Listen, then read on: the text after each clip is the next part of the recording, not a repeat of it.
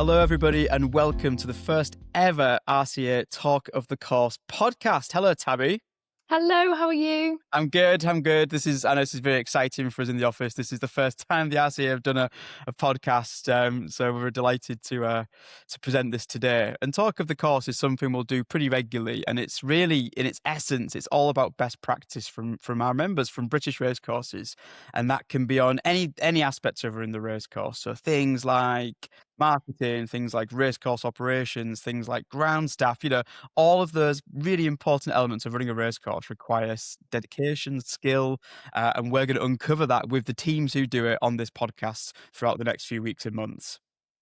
And to kick things off this week, it's GroundsWeek, which is a nationwide annual campaign celebrating the expertise of those responsible for maintaining sort of sports turf, any type of grass, really. Don't forget the all-weather. Within sport, no, exactly. We can never forget the all-weather. They're a big part of our programme. And so this week basically is all about celebrating the people who make everything possible. The RCA supports Grounds Week as we think the grounds teams are one and probably, if not the most important role to make racing happen.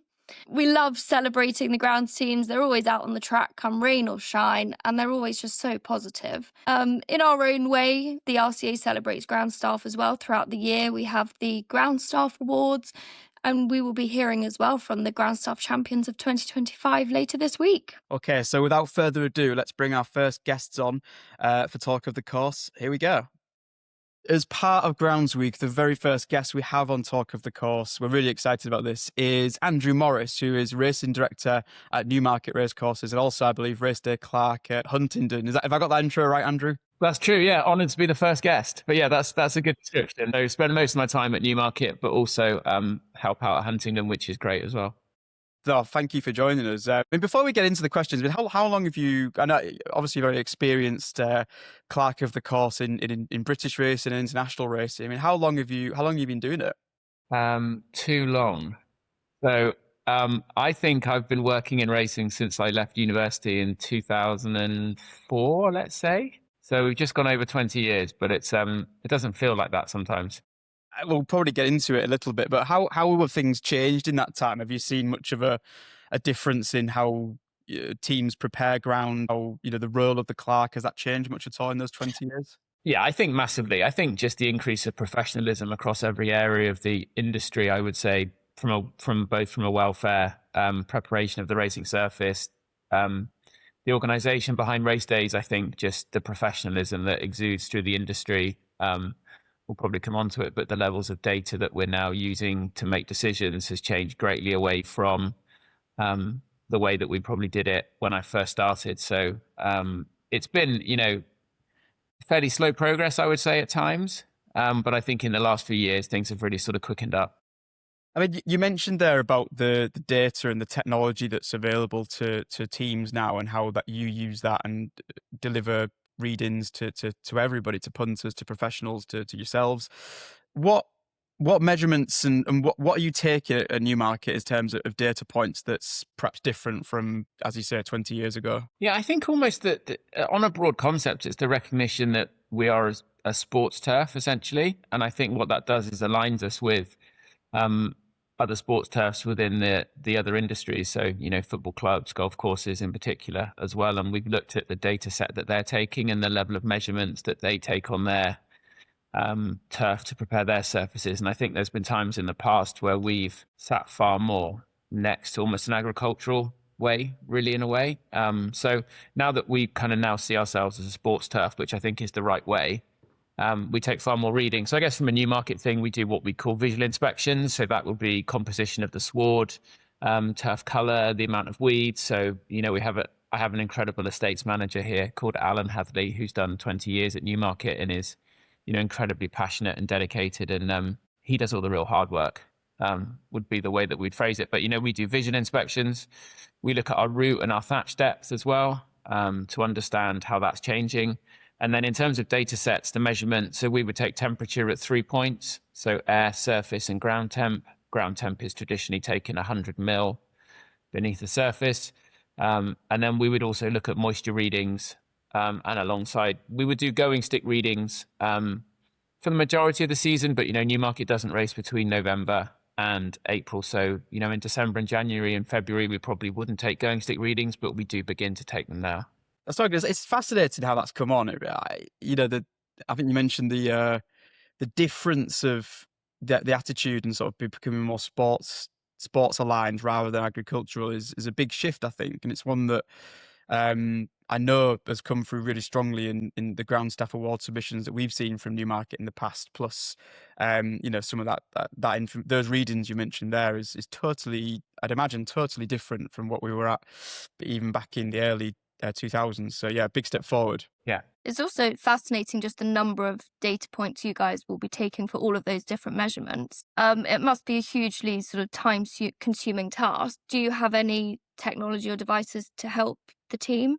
Yeah, it is a big task, isn't it? And particularly, at Newmarket, we talk about 3 race courses that we have. So obviously the Rowley Mile, which is 10 furlongs, the July course, which is a mile, and then we have the Beacon course, which is almost another mile. So we're looking at 3 miles almost of racing surface. So if we were having to take going stick readings on a daily or weekly basis across all those areas, it would take huge amounts of time. The same with moisture. I mean, to take moisture readings using a traditional sort of moisture meter might take a couple of hours, 2.5 hours to do a mile and a half, for example. So that is hugely time consuming. We obviously made a big shift last year and we moved to some permanent moisture meters, which are buried within the soil profile itself. And they've been a huge benefit to us last year.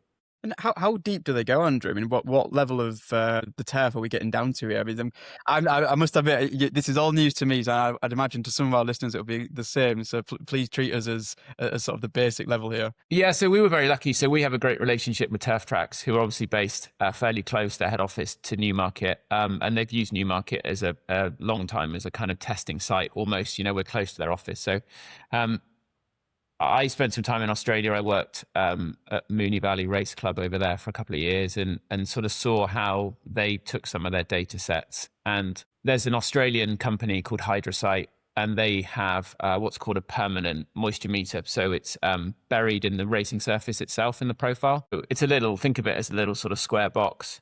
It's buried 100 mil deep within the soil profile. And then you basically cover the turf and the soil back over the top of it, so you wouldn't even know it's there. It works on a 4G or even 5G phone signal, so every hour it is sending you back readings of what's going on in your soil profile to an app which they developed. And Turf Tracks imported some of these last year, and we were very lucky that we were allowed to borrow them and trial them for most of the season. So we used them for the Guineas, the July Festival, and then we had them again for our autumn program, and we've recently agreed a deal with Turf Tracks where we're going to have some here permanently installed. So it's very exciting. Did those soil moisture meters in those fixtures that you just mentioned, did that affect your decision making for those fixtures? Yes, definitely. So the best case study I can give around moisture and around these in particular was the Guineas Festival last year. Very dry, very hot spring. There was an incredible amount of watering that went on across every race course, and Newmarket obviously was no different. And when we came to the approach to the race day, we're quite lucky that moisture readings are a fairly new thing, I would say, within our industry, probably, 3 or 4 years. Because Turf Tracks have been using us as a test site, we have a bit more data than most other courses might have. So we already had a rough idea of what level of moisture we wanted to see. What we found by having these permanently installed was it made our decision making so much quicker, because we weren't relying on Alan or one of the team to go and take readings for a couple of hours. We could literally just open up the app and we could see what the moisture levels were. We also had far more ability to see how they change through the day. When you're looking hour by hour, it isn't possible to physically take moisture meetings, or practical, I should say, every hour. Whereas using something where the data is coming back all the time, you can see it live. And the biggest change that we had was we raced. The Guineas Festival is a Friday, Saturday, and Sunday. We had a beautiful forecast for it. We raced on the Friday, and we made the decision not to water again for the Saturday. And a large part of the decision not to water was actually made because the moisture levels hadn't changed. And the data that we were getting back was proving that to us. And it was quite interesting because there were a number of our participants who felt, it was a hot day, it was windy, the track must be drying. You must irrigate, you must water overnight. And we were able to say, look, actually, the data that we've got, and we'll show this to you, shows that it's not changed, or it's changed only a tiny amount. So if you're happy with turf conditions as they were today, there really is no need for us to water. And I think to have that data set was hugely useful and to help aid those conversations. You're so right. I mean, I think across lots of different aspects of racecourse operation, that the data-led approach is proving really successful. Not just you've just articulated there so well about how it can impact grounds and producing the turf, but I'm thinking about other in racecourse operations, in marketing. It's very similar process. I mean, do you think this is something that could be rolled out across other racecourses, even in Jockey Club? I mean, are there plans to sort of go further than Newmarket with it? Yeah, I mean, they've been trialled at other race courses and Jockey Club courses. The one challenge that you have with this particular installation is you can't really put them on your racing surface that the horses are going to gallop over, because ultimately, a horse's hoof, if you have very soft ground, could go in 4 inches. You have seen that. So Newmarket, I'm not sure if we're unique, but it's unusual in the sense that if you think about the Rolling Mile, we have a central rail that splits the course into 2, and we only use half the course at one time. So actually, but we treat the course the same. So what we're able to do is bury them on the side that we're not racing. So we have no danger. So there's no welfare implications for us of using these. And then when we switch from one side to another side, Alan has to go out and he finds them and he moves them from one side to another. So our data set is constant, and it's the same. Newmarket is great in the sense that the turf makeup is so even that we can get away with doing that. It is challenging for other courses where they don't have that ability, and there would be a serious consideration around the welfare of putting them on a section of the track where a horse will race, I would think. And it's a really exciting time in the industry for technology. A bit of a fun question, but if money or availability were no object, what would be your ideal device to have or create? I think we're getting closer, but I think ultimately what we want is we would have a set of probes which are permanently buried into the racing surface that are giving us a data set. And that data set is then processed using our historical readings and data that we have. And that ultimately will tell us or guide us as to how we need to prepare the track going forward to reach the data set that we agree is best for race conditions. So, I think we're moving towards that position, but that would be where we are. In terms of, they already exist, but I think we would like to take readings at different depths in the soil profile, because we think that's really interesting to look at readings 10 mil, 50 mil, 100 mil, and 150 mil to really learn how the data changes and how that impacts on, when a horse gallops on a track.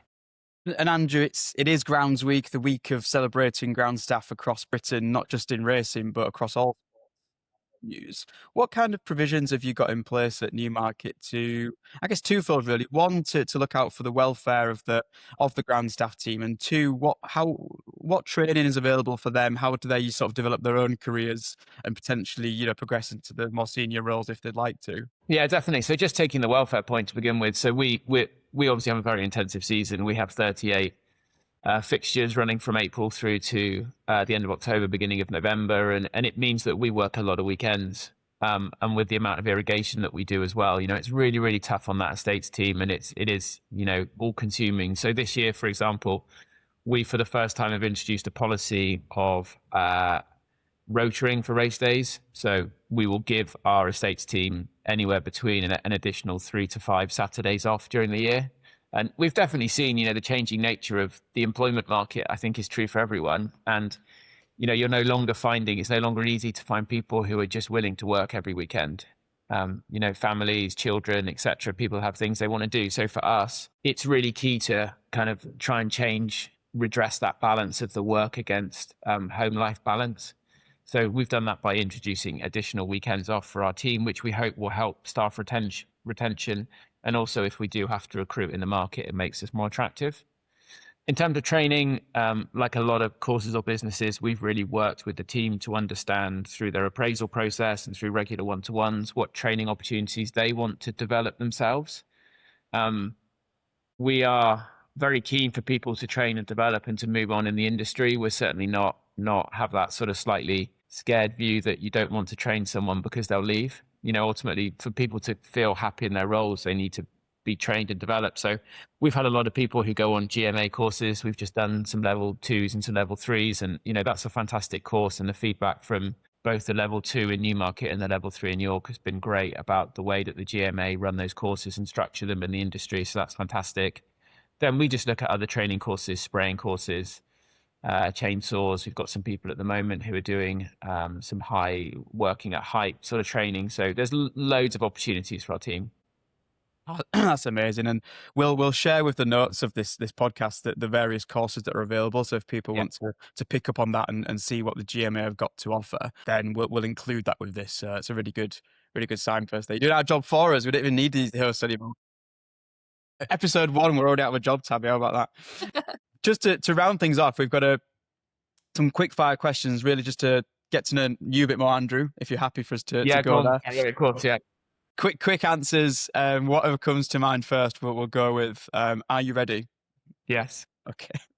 Good. Right. Best horse that you've seen in your time at Newmarket? Oh, wow. I was thinking you were going to ask me the best horse that I've ever seen then, and that was going to be...